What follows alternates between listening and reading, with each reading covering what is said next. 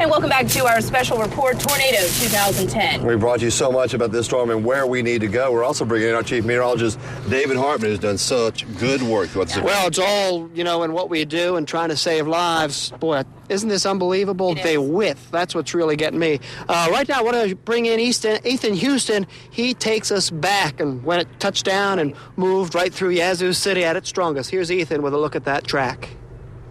As the tornado moved over Eagle Bend, Mississippi, it was reported with winds in excess of 136 miles per hour and then continued to strengthen as it moved toward Valley Park. On Live Storm Shield 16, we first saw a blinking yellow and red ball. That is our tornado index of 9, and this is also the same time when the sighting of the wedge tornado first came across storm spotters. As it moved over Satarsha, winds reported in excess of 150 miles per hour. Notice how wide that was. It was between Satarsha and up to Panther Swamp. And the storm continued to build, and it was at its strongest when it moved over Yazoo City. The dark circle you see right there on the south side on Live Storm Shield 16 is the debris ball. As the tornado picked up all that debris and put that on our radar, we saw winds in excess of 175 miles per hour. Notice the blinking red ball once again. That's a tornado index of 10.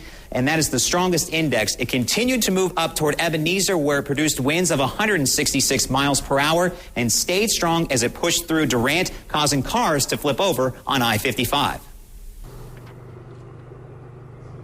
Boy, what a great look where we're standing. 170 mile an hour winds, mile and 3/4 wide. We did this earlier in the broadcast. We're going to step out and give you a look at what we've been talking about. This area where we're standing, the entrance to Yazoo City, this is where the storm first made its path. David talking about a width of almost 2 miles wide.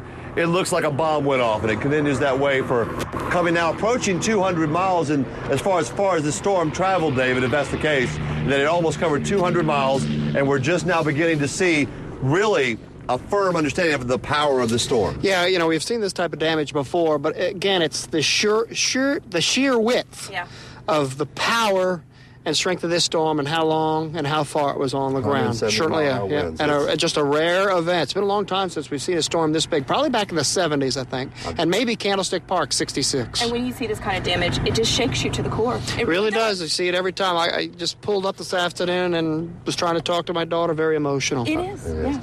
Well, we're down here live. I'll bring you the very latest in the destruction from the 2010 tornado. And as we head to break, another caller talking about our coverage on Saturday.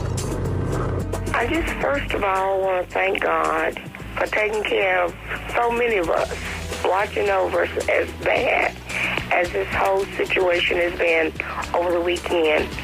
Still, as many that was hurt and killed, it's still a blessing that so many of us are still here.